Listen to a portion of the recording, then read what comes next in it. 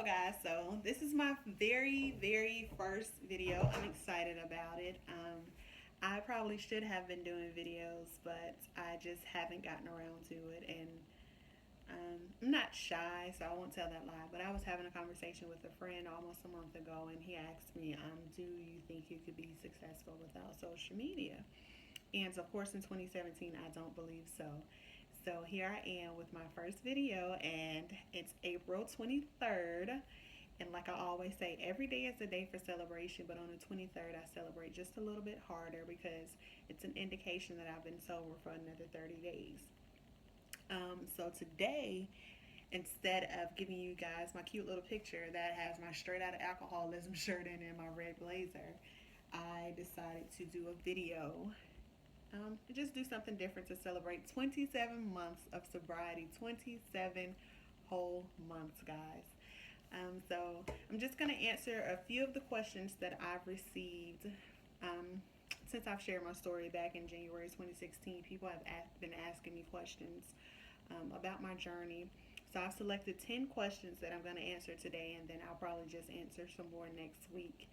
But so yeah, thank you all for joining me. Thank you all for watching. So let's jump right into it. The first question I received is, how are you so confident in sharing your story? Well, I'm confident in sharing my story because my past of alcoholism has no power over me. I'm free. And I know that it's what I'm supposed to do. And I believe that we should share our stories to let other people know that you're not the only one that has dealt with this. You're not the first. You probably won't be the last. And they need to recognize that. I think people need to be able to recognize themselves in somebody else, and so that we can build relationships and hopefully help get people through the same things that we have already battled and won. Does it bother you when others drink around you? Absolutely not. I made a decision for myself. So when I'm around people and they're drinking, it doesn't make me uncomfortable. It doesn't. I don't feel any type of way. They're all adults, and if they choose to drink, then that's their decision. I made a decision for Ebony. So, no, yeah, I'm definitely not uncomfortable with people drinking around me. Do your thing. Do your thing. When did you come to the realization that you had a problem? If I can be honest, I knew I had a problem before, way before I even stopped. Being able to recognize that there's a problem there doesn't necessarily mean that I was ready to just give it all up and stop drinking. But for the most part, I knew I had a problem when I started drinking every day of the week, like consuming a bottle, two bottles of wine, just so I didn't have to deal with the things that were going on in my life. Just so I gave myself the excuse that I would drink so that I could sleep well at night. I gave myself all types of excuses to continue to consume alcohol. I started staying from around certain people because I didn't want them to pick up on my behaviors and how much I've started drinking more so on top of what they already knew. And I remember one particular time when I was in school, and this is my second go around at college or an institution of higher learning. I had gone back to school to be a medical assistant, and it was a different environment. The teachers treated me differently. I was an A student. I was a student ambassador, and they would. I was always highly recommended for something, and that was new to me because in the past, in middle school, high school, and at the 4-year college I attended, I had a very bad reputation, if you would. So that was something different for me when I went on to get a medical assistant diploma, and I asked one day, I remember coming home and I went to Walmart and I bought a wine. It's called Lucky Duck, and it's disgusting. It's about $2.97, $3.97. It was really cheap and really nasty, but it got the job done. And I drank about 3 bottles of that wine, and I remember going to school the next day, complete, still intoxicated from the night before, and just kind of telling one of my teachers, I don't know who you think I am, but this is who I am. Because I had gotten so caught up in in my alcohol consumption or in my alcohol dependency that I felt as though I had to be my best. In order to be my best self, I had to be under the influence. And just speaking with some other people, I'm not the first person to feel that way. But again, I knew I had a problem when I started drinking like every day by myself. And that was just that. And I one time I got a phone call from I isolated myself.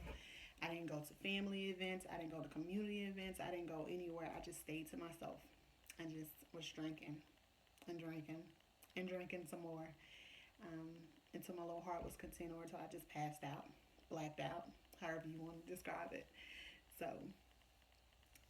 what was your turning point? My turning point, the very moment I realized that I needed to stop drinking, was when I woke up on January 24th, 2015. And my son, he was 7 at the time, and he was standing there and he was crying. And I asked him, I said, "Hey, what's wrong?" And he asked me about I sick last night. And I was like, "No, why?" And that's right before I stepped out of my bed into some vomit. And I knew in that moment that something had to change. I'm good at a lot of things, but I pride myself on being the mother that I am. And I know that we can't protect our children from everything, but what we can protect them from, we absolutely have to. And I know that I'm my son's example. I know that I'm who he looks up to. Um, he picks up his behaviors from. And I knew that I did not want these to be his childhood memories, having an alcoholic for a mother. And neither is this something that I wanted to pass down to him, because I strongly feel that what doesn't heal, that's what we pass on to our children and to our children's children. And I made a decision in that moment, like, Lord, something has to give. I didn't necessarily believe that it was possible, but I knew that I was willing to try. And that was my turning point when my baby witnessed one of my hangovers. I've had tons of hangovers before. I've driven drunk. I've blacked out, waking up places like what happened the night before, or even waking up home realizing that I've had another night, that I've completely lost whatever. And I drove home. I had this thing when I would drive drunk. I had I felt like I did my best driving when I was drunk. I told that lie to myself and to other people too. And I would come home and the only time I would back in is if I was under the influence.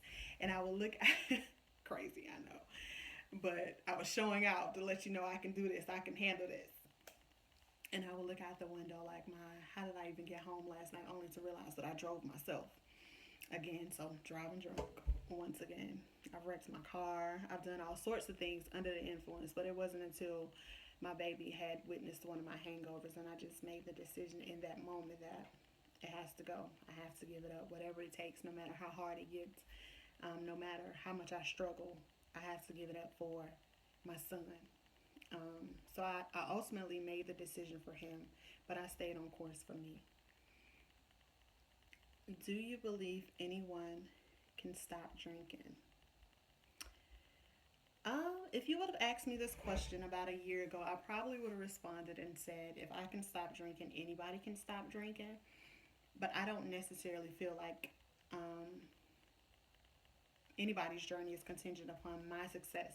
But what I do feel like is if you've made the decision wholeheartedly for yourself and you've explored your whys as to why do I drink so much, and that is really really hard work, because a lot of people don't want to do the inner work to figure out, well, why do I drink so much? Like for me, when I began to do the work as to why I drink so much, it's because I wanted the excuse to do things and say things that I wasn't bold enough to do or say when I was sober. I didn't want to think the negative thoughts that I had, so I would completely silence them with alcohol, at least for a night, and woke up the next morning with the same issues.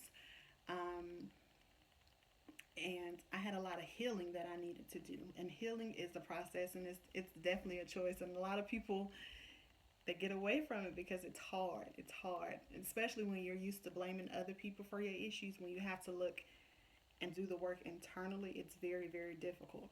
So I feel as though if you've explored your why you drink so much and why you need to stop drinking, and you've made the decision for yourself, not because your spouse said you need to stop drinking, or your mother, or your teacher, or your cousin, or your best friend, or your neighbor says that you need to stop drinking, I do believe that is you can be successful in your sobriety if you made the decision.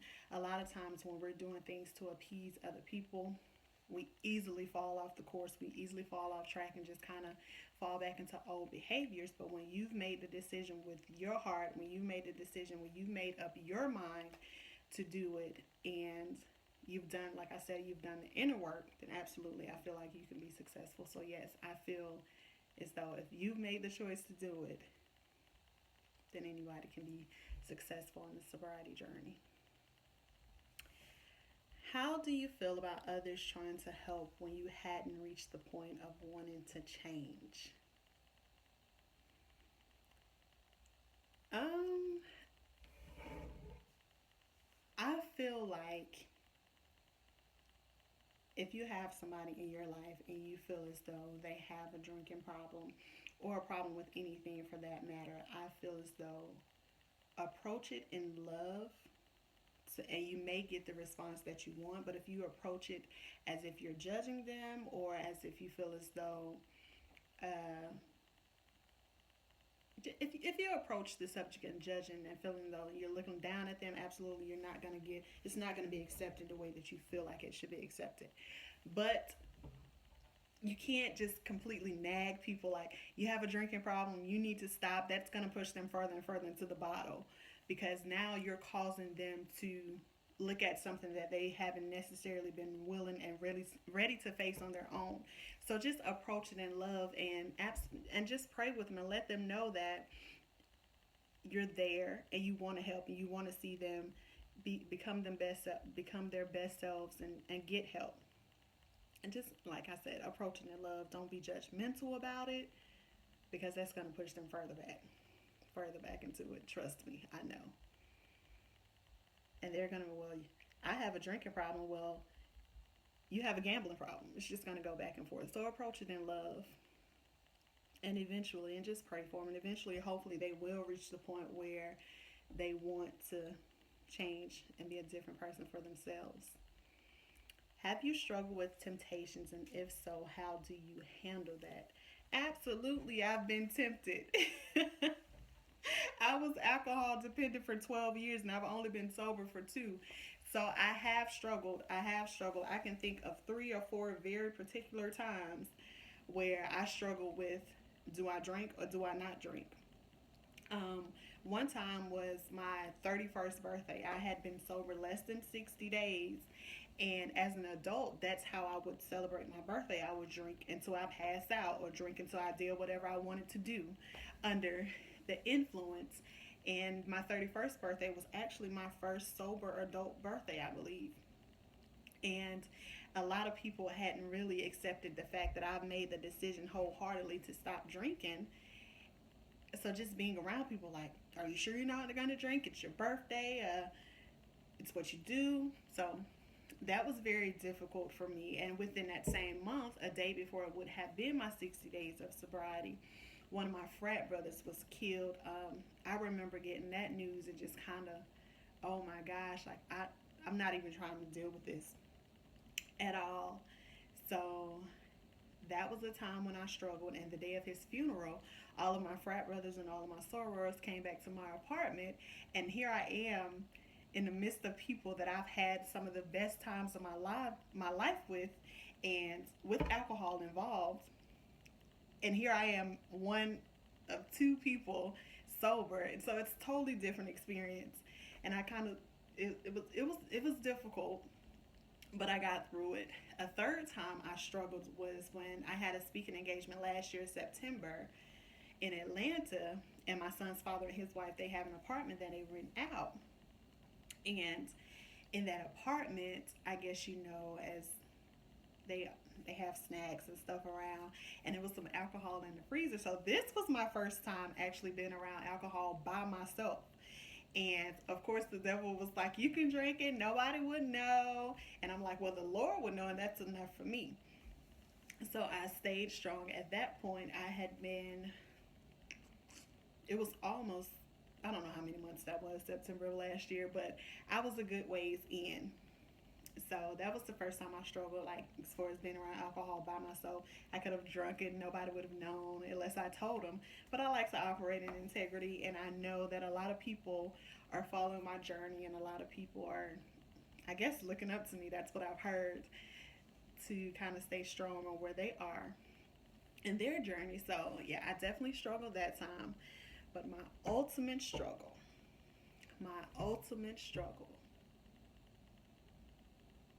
was in November of last year when I got a phone call that my cousin had been killed.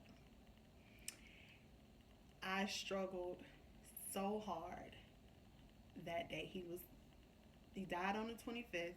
On the 26th, I woke up like, Lord, this cannot be real. And I literally had to get on my face and pray for strength that day to not turn to the very thing that I knew would help me become numb to everything that had just happened, to the phone call I received, and the reality of the fact that my cousin wasn't here any longer. And I went to the house maybe that night and I smelled some weed. Can I say that? Anyway, I smelled some weed and I'm like, dang, that weed smelled good. And I've never been a smoker. Smoking wasn't my thing. Weed didn't work fast enough for what I needed to be done.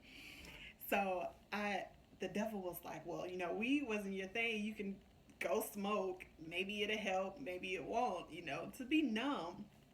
And I'm thinking, okay, well, I go smoke. Then eventually I'm gonna go pick up a drink, and then that drink is going to turn into 7 drinks, and there my sobriety has been thrown out of the window because I didn't have control of my emotions and my actions. And also, I remember in that moment when I was struggling, one of the last times I saw my cousin, I remember him saying, he was like, girl, I heard you don't drink no more, and I'm proud of you.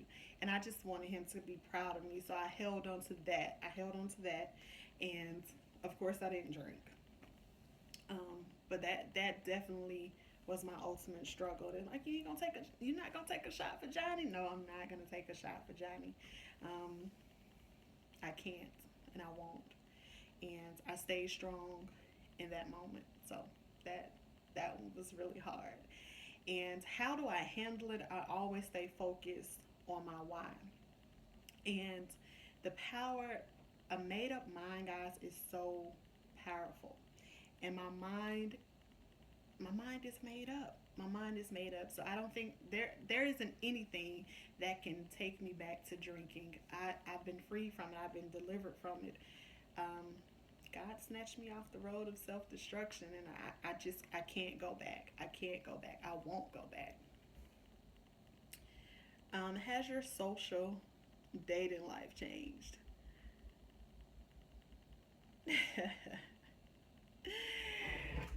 Well, my social life has changed in an aspect of who I spend my time with. I'm very, very particular about who I share my time with. I'm intentional about being around negative people, people that support me on this journey, people that are gonna push me further, push me higher, and people that are just gonna be present, present for me.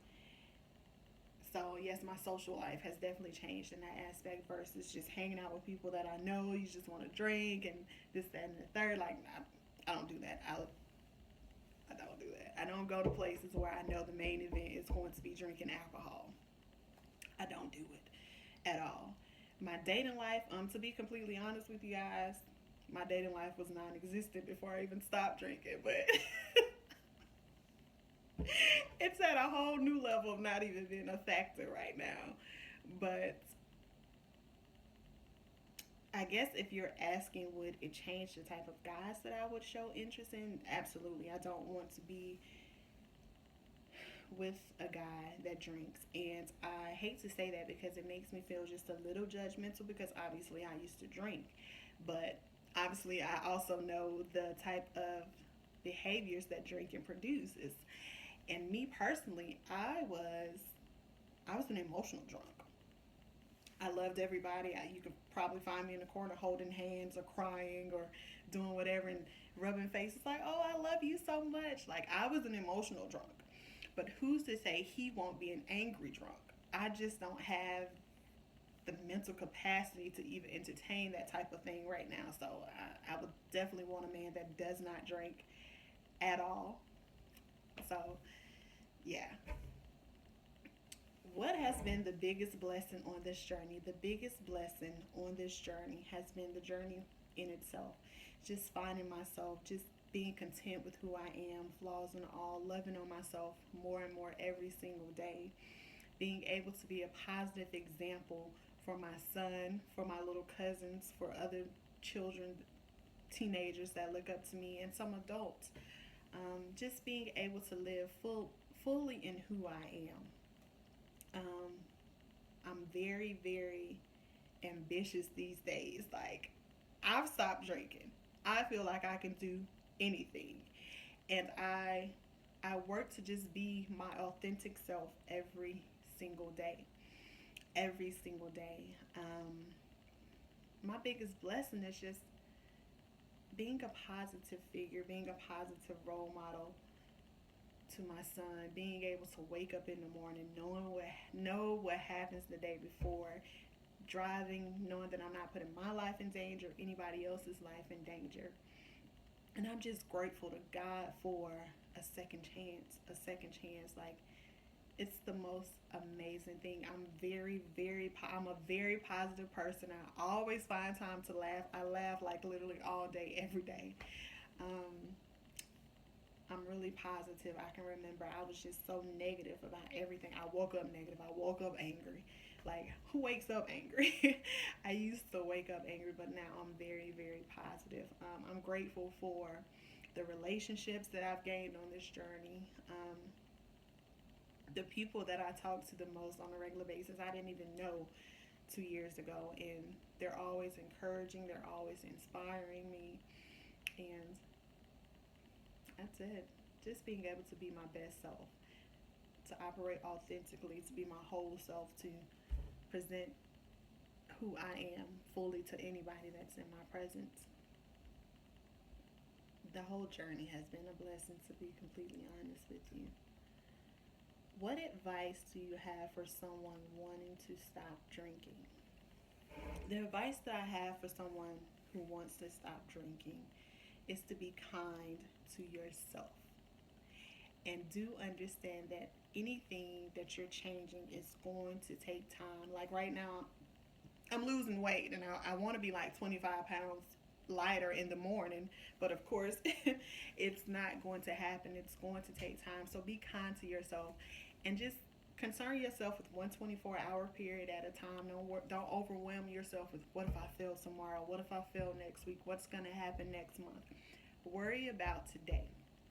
I tell people all the time, sobriety is something that I choose every single day that I wake up. I choose to be sober every single day. Um, it's a choice. So just be kind to yourself. And eventually, one day it's going to turn into 10. 10 days is going to turn into 30. 30 is going to turn into 90.